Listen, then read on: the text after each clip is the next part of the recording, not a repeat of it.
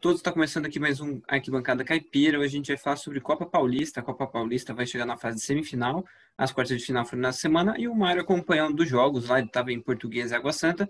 A gente vai comentar sobre os jogos das quartas e também dos confrontos da semifinal, que agora a gente já tem o São Bernardo enfrentando a Portuguesa e o Marília enfrentando o 15. E aí, Mário, o que deu para ver da Portuguesa? A Portuguesa que fez uma boa Série A2 e agora vai chegar na semifinal da Copa Paulista.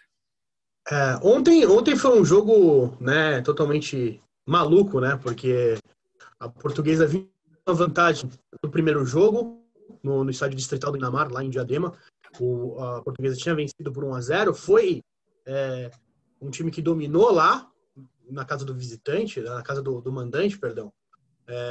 E podia ter saído com uma vantagem ainda mais lá pro Canindé, né? Perdeu pênalti, enfim, e teve outras oportunidades.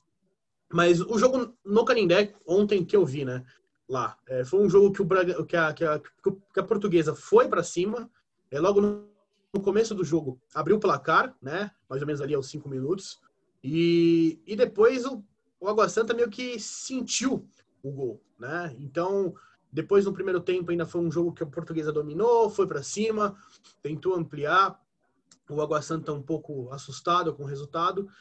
E a volta do segundo tempo foi algo que mudou completamente a partida, né? A gente viu o Água Santa já indo para cima, tentando definir. Logo no começo do primeiro tempo, fez um gol numa bola parada, num escanteio, né? No cruzamento, primeiro pau e cabeceou e empatou o jogo.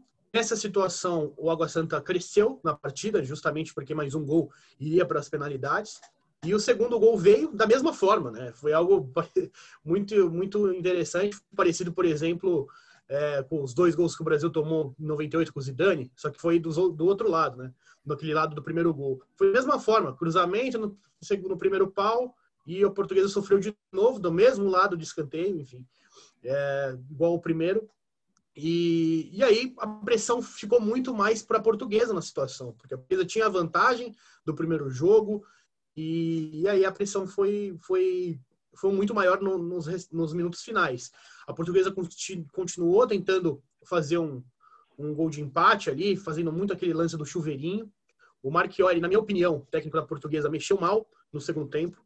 Eu acho que algumas mudanças dele, a saída do Feijão, por exemplo, foi para mim, acho uma mudança que foi preocupante na situação do jogo, porque você tira um lateral para jogar com 3 zagueiros, eu acho que é algo que se complica na situação do jogo ali. Mas a Portuguesa conseguiu segurar o resultado, 2-1 para o Água Santa. Não tem o gol fora de casa no regulamento da Copa Paulista. E aí foi para os penais, né? Para os pênaltis. E aí foi acho que a consagração da Portuguesa em avançar, né? O Água Santa perdeu logo na primeira cobrança, perdeu um pênalti isolando. Depois a Portuguesa teve a vantagem, depois o Água Santa perdeu novamente. A Portuguesa estava com a cobrança para classificar e o jogador da Portuguesa perde, mas aí depois houve mais um erro na parte de jogadores, nas penalidades do Água Santa, e a Portuguesa avançou. Foi muita festa, né? A torcida comemorou, a Leões da Fabulosa, para quem não sabe, a sede fica do lado do clube da Portuguesa, então tinha muita gente lá assistindo o jogo pelo Maicujo, comemorou, soltou fogos. Então é muita alegria a Portuguesa continuar na competição. Minha opinião é que a Portuguesa é o melhor time na Copa Paulista. Isso eu falo em nível de investimento, em nível de contratações, é o time favorito a ganhar a Copa Paulista esse ano, né? A gente tem outros times, mas foi um jogo que a Portuguesa tinha essa cobrança de avançar, era obrigado a avançar. O time do Sérgio Guedes era bom, do Água Santa, mas não comparado às peças que a Portuguesa tem.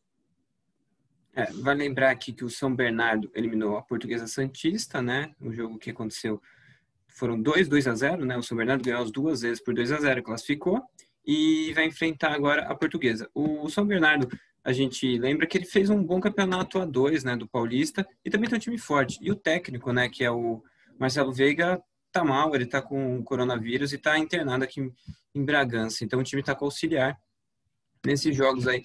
Você acha que então a Portuguesa é a Portuguesa é a favorita também contra o São Bernardo, apesar do São Bernardo ter um time forte, né? O São Bernardo Futebol Clube, como você falou, fez uma boa campanha na Série A2, era também um time cogitado a subir para a Série A1 justamente pela campanha que fez ao longo do campeonato. Mas a gente sabe como que é a A2, né? Geralmente o time que está ali na rabeira, ali em primeiro, segundo, na segunda colocação, tem vezes que acaba pipocando e não subindo, né? Foi o caso do São Bernardo Futebol Clube. É um time também difícil. Eu acho que dos confrontos que a Portuguesa ou 15 poderia se enfrentar, acho que o mais complicado seria o São Bernardo, justamente por esse histórico desse ano, né? Isso que vale ser citado. Então, é um jogo difícil para a Portuguesa, é um jogo que tem poucos confrontos ao longo da história, mas, claro, obviamente, os confrontos são a partir dessa década de 10 aqui, desse novo século, justamente Portuguesa e São Bernardo. Mas tem confrontos curiosos. Por exemplo, o confronto de 2011 do Campeonato Paulista, que era um jogo que para a Portuguesa não valia nada, era a última rodada no Canindé, não valia absolutamente nada para a Portuguesa, e para o São Bernardo valia a permanência do acesso, né? Permanência da primeira divisão na Série A1. E justamente o jogo estava 0-0, aí no final do jogo o time do São Bernardo ali no banco de reserva pediu para a Portuguesa se acalmar. A Portuguesa foi para cima, teve um lance ali que sobrou e a Portuguesa fez 1-0, justamente faltando, acho que lá para os 40 minutos já do segundo tempo, e decretou o rebaixamento do São Bernardo Futebol Clube. Esse jogo ele é bem lembrado por vários torcedores, não só da Portuguesa São Bernardo, por esse fato curioso. Acho que é o jogo mais marcante entre as duas equipes, né? Justamente por todo esse lance curioso que rebaixou e sacramentou o São Bernardo Futebol Clube para a Série A2 de 2012. Mas é um confronto legal. Eu acho que vai ser o confronto mais difícil, mais parelho da competição, dessa fase de semifinais, porque você tem um 15 de Piracicaba também, num ano um pouco decepcionante por novamente não subir para a Série A1, perdendo justamente o jogo que decidia o acesso, e contra um Marília, que para mim é a maior surpresa e a parte mais legal dessa Copa Paulista até então, porque é um time de Série A3, um time que sofreu muito nessa Série A3 desse ano, que quase voltou para a segunda divisão, que é a quarta, que é a última. E o trabalho do Guilherme na Copa Paulista está sendo magnífico. O próprio Guilherme, atacante dos anos 90, que foi atacante do São Paulo, do Atlético Mineiro, do Corinthians, nos anos 2000, e fazendo um grande trabalho no Marília. Agora o Marília conseguiu eliminar uma Ferroviária de Araraquara, que obviamente a Ferroviária estava na competição, mas claro, ao mesmo tempo jogando a Série D do Brasileiro, que é o principal objetivo da Ferroviária, é o acesso para a Série C, né? Ter um calendário fixo de competições nacionais. Aliás, a Ferroviária joga nesse domingo contra o Marcílio Dias, válido para o jogo dia da volta. O primeiro jogo foi 0-0. Então, o Marília bateu o Ferroviária já despreocupado um tanto com a Copa Paulista, né? Jogando não com os seus melhores jogadores. Mas é a grande surpresa da competição, né? Que vai enfrentar o 15. Mas, obviamente, se comparar entre os dois confrontos das semifinais, o mais parelho vai ser Portuguesa e São Bernardo. Para fechar aqui, a Ferroviária perdeu o primeiro jogo do Marília, jogando em casa. O segundo jogo o Marília também ganhou. O primeiro foi 1-0, o segundo foi 2-0 para o Marília. E o 15 empatou com o Comercial o primeiro jogo, ganhando o Comercial no Barão de Serra Negra por 1-0.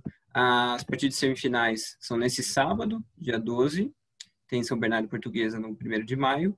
E no domingo tem Marília e 15, o jogo é no Bento de Abreu. E a volta dos jogos, os dois são na quarta-feira. O 15 joga primeiro, joga no Barão de Serra Negra com Marília às 3 horas da tarde, e a Portuguesa joga às 7 horas da noite no Canindé com São Bernardo. Então, um horário meio maluco, né? Porque só finalizando, um horário meio maluco porque o jogo não vai ser transmitido na televisão, né? Eu digo na Sport TV, por exemplo, mas os jogos vão ser conciliando, dá para assistir os jogos da volta, né? O caso do 15 no Barão às 3 horas e depois da Portuguesa à noite. Um horário meio maluco para um jogo que não vai ser televisionado, né? 19 horas. É bem maluco. Vamos ver quando é que eles vão botar a final, se eles vão botar em horário assim também. É isso, a gente vai fechando aqui o Arquibancada Caipira. A gente volta logo com mais informações, notícias, entrevistas sobre o futebol alternativo. aqui do Só interior. lembrando, Mas, Rodrigo, o jogo vai passar na FPF TV, né? E no Maicujo, se eu não me engano, né? sim, sim. Tem passado, né? O próprio jogo da Portuguesa passou ontem. Então é isso. Obrigado a todo mundo que assistiu. Valeu.